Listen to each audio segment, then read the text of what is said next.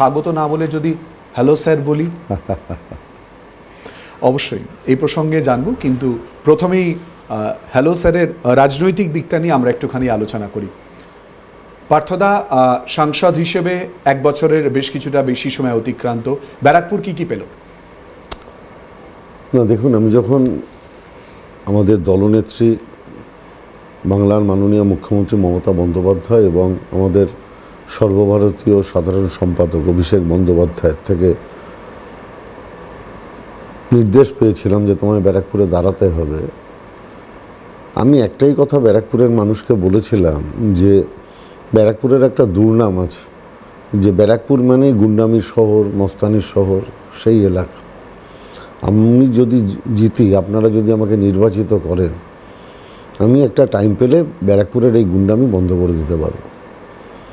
এটা ব্যক্তিগত স্তরে আমার বক্তব্য ছিল। আরেকটা বক্তব্য ছিল যে আমি তো কোনোদিন কাউকে চাকরি দিতে পারবো না সরকারি, কারণ ওরকমভাবে সরকারি চাকরি দেওয়া যায় না, কিন্তু যাতে চাকরির জন্য যে পরীক্ষার প্রস্তুতিটি দরকার, সেই প্রস্তুতির ব্যবস্থা আমি করে দেবো বিনা পয়সায়।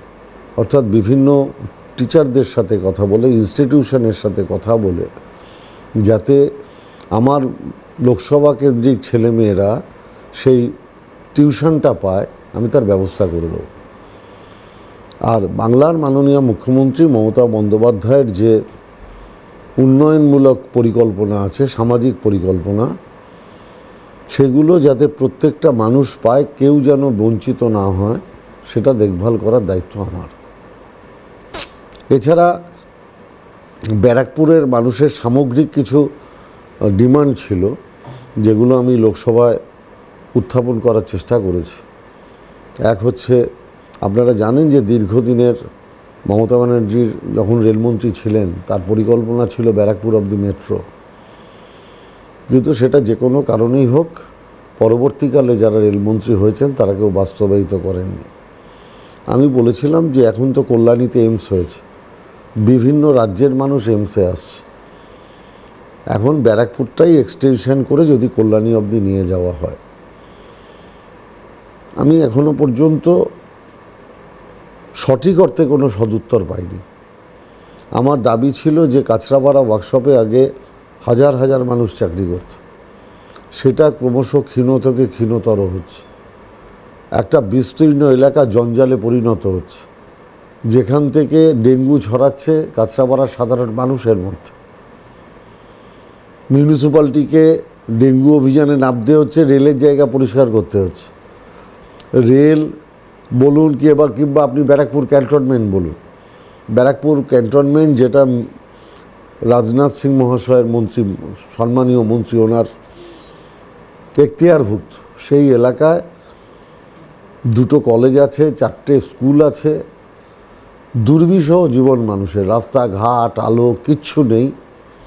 আমি নিজে ডেপুটেশন দিয়েছি, রাজনাথ সিংয়ের কাছে চিঠি দিয়েছি যে এলাকার ডেভেলপমেন্টের জন্য। সৈন্যবাহিনী আমাদের গর্ব, অথচ তাদের পরিবাররা কি দুঃসহ কষ্টে আছে, সেটার দিকে ভারতীয় জনতা পার্টির সরকার একবারের জন্য মুখ ফেরাচ্ছেন না। এবং ইছাপুর রাইফেল ফ্যাক্টরি, এই সংলগ্ন এলাকা, এবং এই এলাকার ডেভেলপমেন্ট করতে গিয়ে সমস্ত মিউনিসিপ্যালিটির একটা বিশাল টাকা খরচ হয়েছে। যে টাকাটা কেন্দ্রীয় সরকারের থেকে প্রাপ্য, সেই টাকাটা কেন্দ্রীয় সরকার দেয় না। যেরকমভাবে রাজ্য সরকারের সমস্ত প্রাপ্য টাকা কেন্দ্রীয় সরকার আটকে রেখেছে।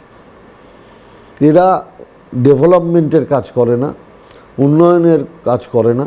শুধুমাত্র আপনি বিজেপি নেতাদের দেখবেন, তাদের রাজনৈতিক প্রোপাগান্ডা বলুন, স্লোগান বলুন, একটাই, সেটা হচ্ছে ব্যক্তিগত কুৎসা। আপনি রাজনীতির কোনো কথা ওদের কোনো নেতার মুখে পাবেন না। এদের 2টো লাইনের পরেই 3rd লাইনটা এরা ব্যক্তিগত কুৎসায় নেমে পড়বে, এবং যত এরা ব্যক্তিগত কুৎসা করবে তত বাংলার মানুষ এদের বিরুদ্ধাচরণ করবে, এটা আমার দৃঢ় বিশ্বাস। আমি সাংসদ হওয়ার পরে বাংলার মাননীয় মুখ্যমন্ত্রী মমতা বন্দ্যোপাধ্যায়ের যে দৃষ্টিভঙ্গি, তিনি চান গরিব মানুষ যেন চিকিৎসা পায়, তার জন্যই তিনি স্বাস্থ্যসাথী কার্ড করেছিলেন। তার পথ ধরেই আমি নৈহাটি স্টেট জেনারেল হাসপাতাল এবং ভাটপাড়া স্টেট জেনারেল হাসপাতাল, এই দুটো হাসপাতালে আমার এমপি কোটার 2 কোটি 2 কোটি 4 কোটি টাকা দিয়েছি। ভাটপাড়া অঞ্চল যেখান থেকে মূলত প্রাক্তন এমপি অর্জুন সিং সমস্ত মস্তানি গুন্ডামি করতেন, সেই ভাটপাড়া অঞ্চলের ওনার মস্তানি গুন্ডামি কমিয়ে দেওয়ার জন্য পুলিশ কমিশনারের রিকোয়ারমেন্ট অনুযায়ী আমি সিসি ক্যামেরা লাগানোর জন্য নিজে 85 লক্ষ টাকা দিয়েছি। বাদবাকি টাকাটা ভাটপাড়া মিউনিসিপ্যালিটি দিচ্ছি।